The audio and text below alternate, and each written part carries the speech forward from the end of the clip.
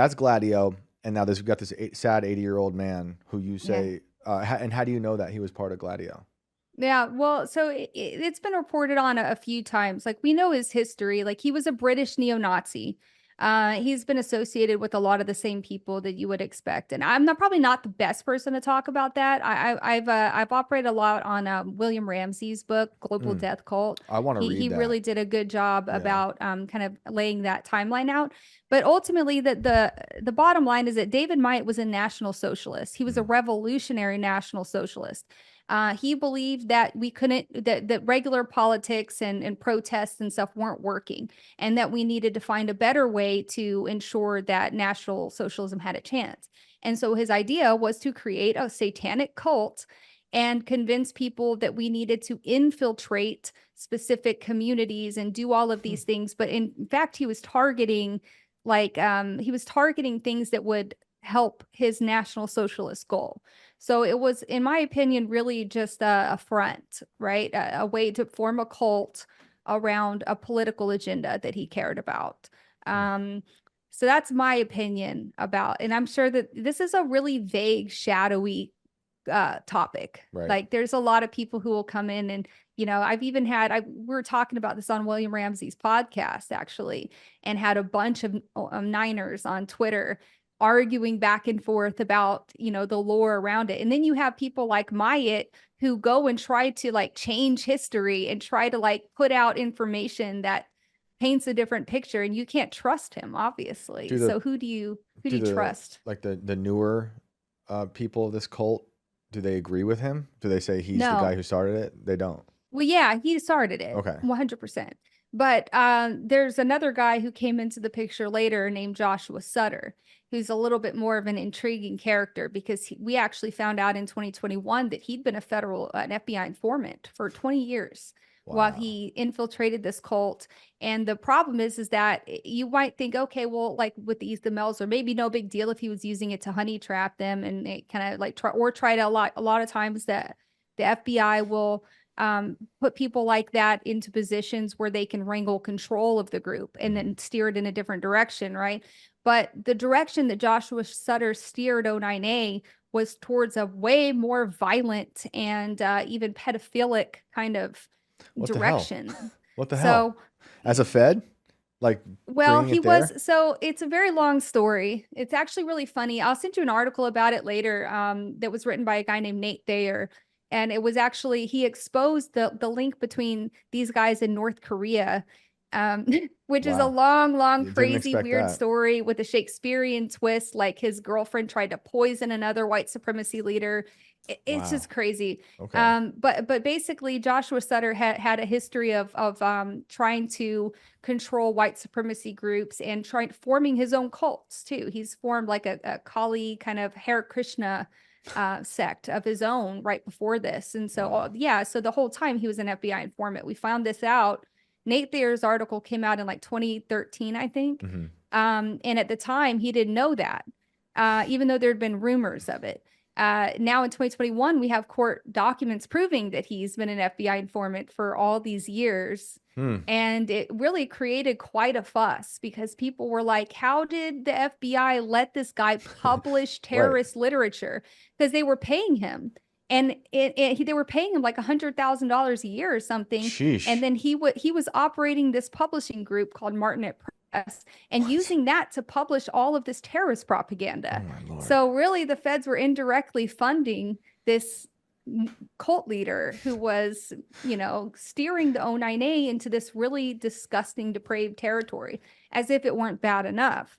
My good. Um, Do you have hope for the feds at all? Like, do you see any reason to have the feds? yes, You do? I do. What? Please give me your reasoning why. I would say that it's not like I'd say before I started doing all of this, I Hmm. might have thought that it was just the FBI, Right. right? And they all know and are all in on it. But in reality, it's like there's lots of different groups and divisions. Hmm. And I think the biggest corruption is up top at like the DOJ level, Yeah. which is really where the focus needs to be because I've met a lot of FBI agents who are like working in child trafficking, and not just in this, but in just other. I mean, obviously, I have to report things to the feds all the Hmm. time because I see some of the worst stuff you can imagine, and Mhm. I have victims and stuff. And they Um, communicate with you, and like you feel like they're actually doing anything?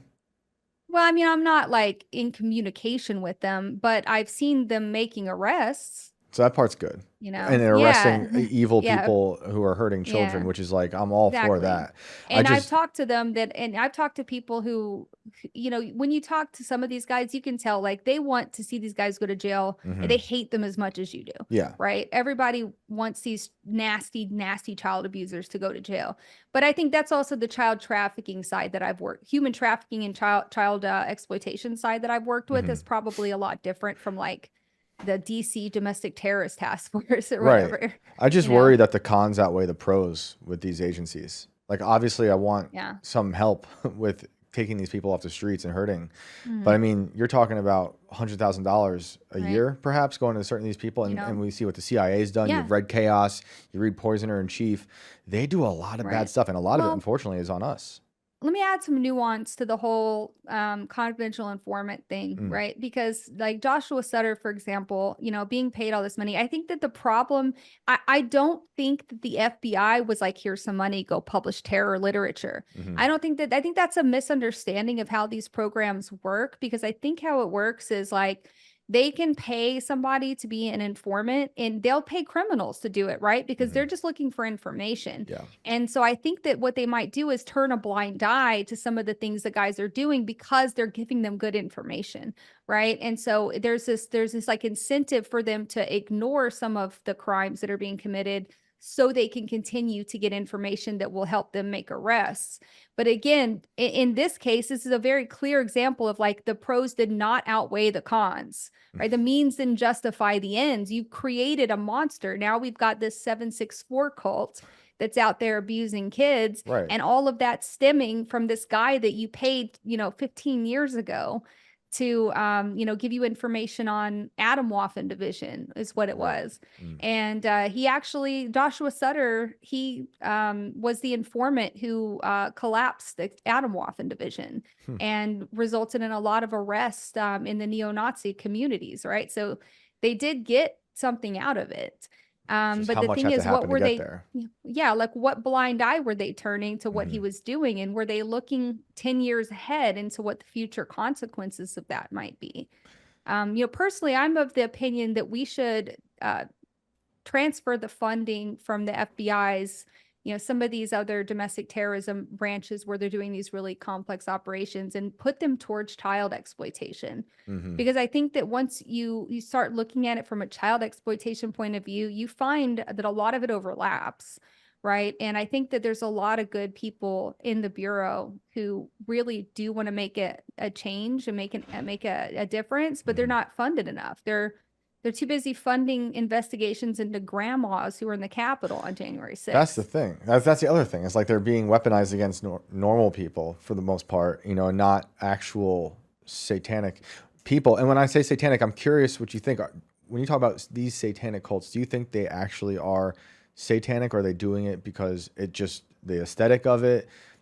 That's such a hard What's the man. I get nature? I get shit no matter what. If I call them Satanists, I had the church Sorry. I had the Church of Satan official Twitter page, like in a quote tweet battle with me one Nice. time. Well I was done. like, where in my life am I that this Church of Satan, and I'm just memeing at them because I'm like, what do I do What do they here? say? Why? So became an issue when I first reported on the Kyle Spitz stuff. Oh yeah, we got to talk Um, about him too when you're done with this. Yeah. So, I talked about 764 as satanic. Hmm. Well, I posted some images of like bloody symbols on walls and stuff, and had some of the Satanists come in and be like, that's not real Satanist. That the pentagram was drawn incorrectly. And I had to let them know that that's because the people who drew these were kids who were being instructed to do it by Mm, sick pedophiles, wow. right? And yes, they do technically call themselves Satanists. So while I understand that these are a fringe satanic or pseudo satanic cult that do not represent the majority of Satanists, they certainly don't represent the Church of Satan that Right. we see publicly. Right. But that doesn't mean I'm not going to call them what they call themselves. So what else do I call them here? Right. Right. Satan adjacent. pseudo Satanists is Pseudo what Satanists. other like Vice and other places have resulted to, Oh which I wow. would just assume to call them Satanists personally. Right, right. And then you can't, well, no one will be happy. You know, you're not Satanist You're enough for never going these to please people. everybody. So Yeah. Spitz. So Spitz, I believe this is the guy who shot his stepfather. Yeah. It's a great That's, I think story. this is the first I saw this from you. And I was like, how, well, maybe I saw the initial story and thought nothing, like just a crazy person who I think videotaped or live stream videotaped. I'm obviously almost 40, live streamed a shooting of his stepfather. But then you Yeah. put a whole new spin on it with everything. So you can take it away with who Spitz is and what the heck happened. Yeah, so everybody, like, if I describe the video, you might not remember, but if you saw it, most people would be like, oh, yeah, I saw that because it was Yeah. very viral. Yeah. And it was basically a video that Kyle Spitz recorded from his own point of view of his stepdad coming in with a gun. I'm going to shoot you. And he was like, oh, yeah, you're going to shoot me. And then, like, sure enough, like, Boom. and the great thing about that video was that, like, you could freeze frame it and actually see like down the barrel of the gun and see the bullet coming out of a thing of flames. It was just Yeah. like so perfect, It's a right? crazy Well, video. yeah, the bullet missed and hit him, well, grazed his ear, right? So he was okay. But in the video, you see like some blood drops and people screaming. So it's a pretty, I don't know why that video went as viral as it did. I think it's just because he goaded the guy on and then he shot him. Mm-hmm. Like, it's kind of a fuck around, find out Yeah. kind of thing. So when I first saw this video, I didn't think anything of it. But at the time, we had already, like, this was in January, so we'd already been aware of 764 for a while, but we hadn't really investigated them that deeply yet. And what I started to see was I started to see people making claims that they were victims of this guy and that he wasn't just like some victim of a shooting. He was actually a member of a satanic cult, child extortion, exploitation cult. And then my ears perked up and I was like, okay, well, here it is. Not only did we find his profile right away on Twitter and confirm it, but the whole world opened up to us as far as investigating this group that we had they'd been shadowy before. They use hashtags, certain hashtags to kind of get around. We didn't know what they were. So it's not like we could really see them very often, right? But this brought them right out into our line of sight. We're like, oh, here they all are. They're all on Twitter. They're all on Telegram. We can identify them, we can name them. So when I first started to talk about this, people were kind of just like, you're crazy, whatever. Well, so I kind of dropped it for a while. Well, 2 weeks later, I got a message on Twitter and somebody was saying, Kyle Spitz just killed his mom in a Telegram channel and posted a video. And I said, okay, you can send me the video and I'll see what I can do. Have you contacted the police? And they're just kind of frantically, no, we haven't, blah, blah, blah. Well, I look at the video. It didn't show him killing his mom, but it's definitely his dead mom. Yeah, there's blood, a lot of blood. It's a really And we see disturbing her in the video. initial video you described. She's like in the hallway, kind of. She had her pants at her ankles. Yeah. Yeah. Yeah. So now she's dead. Yeah, that's crazy. Just 2 weeks later. The video is really disturbing because Kyle's videoing it and he's like, it seems like he's faking being upset. I don't know how to describe it. He like gropes his mom's breast. Like it's very weird. That's right. I immediately suppressed a lot of this the second I remember reading. I'm like, this is fucking dark. Well, the funny thing is, like that night, right? I had been working on the Highland Park stuff, and I had a big breakthrough in the Highland Park investigation, and I was like, "Yeah, good job to me." And I poured myself a bath and a glass of wine. I was going to celebrate, and then I got this message, right? And I was just like, for the rest of the night, I contacted a fusion center, which is like a DHS kind of funded, basically helps you connect between states if you have like a federal crime to report in another state. Because I thought that he killed his mom. I mean, this looked like evidence of a murder. Right. It needed to go to the police. Right. And so I sent that to them and they called me back and notified me, which I thought that this was really weird. You tell me if you think that this is weird, okay? So this was a death that had just occurred like within 48 hours or less. And I sent this information to the Fusion Center and they escalated it to the local police in Tennessee. And then they called me back and said the police in Tennessee confirmed that Melanie Spitz, the mother, that she is deceased, and they said that it's a suicide.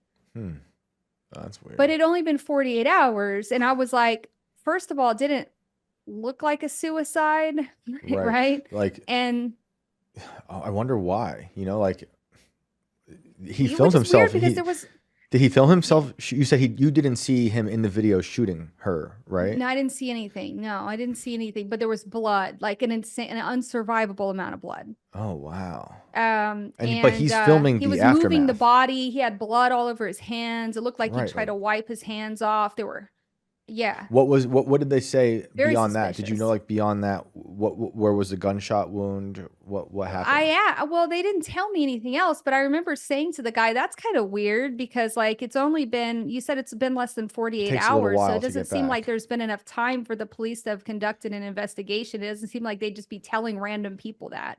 Right. Right. What do And you then make of later that? on, we'd find out that it wasn't a suicide. It wasn't, you know, we What? bounced back and forth about it, but it turns out that the official story was that she died from a fentanyl overdose. So where did the And blood that the come from? blood, what came from, like, I guess, a hemorrhage or something.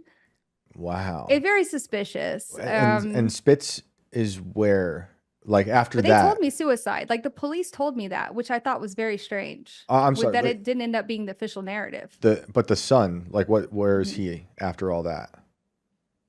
So he went to a mental institution after that.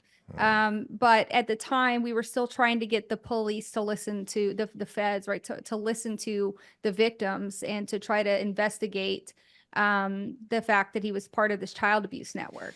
wow. So I started to post about this, and again, people were not paying attention until the federal charges were revealed, and that's when people started to be like, "Holy shit, that was true." Yeah, that all Uh, happened like how long did that a month or a few weeks? It was like a span of a few weeks, yeah. So we worked really hard getting all that information to law enforcement and helping them, helping the victims find, advocating for the victims who felt unheard. They Hmm. felt like Law and Crime had put out, Law and Crime YouTube had put out a video with Kyle Spitz where they interviewed him, Hmm. and they were treating him like a victim, like, "Oh yeah, we're so glad you're okay, and your mom," and blah. Those guys never responded to me. I let them know immediately, like, "Hey, this woman from your video is dead. And also, this guy is not a victim." And they never responded. They never retracted it. They never did a follow-up piece. Law and Crime didn't want anything to do with Is it it. still up?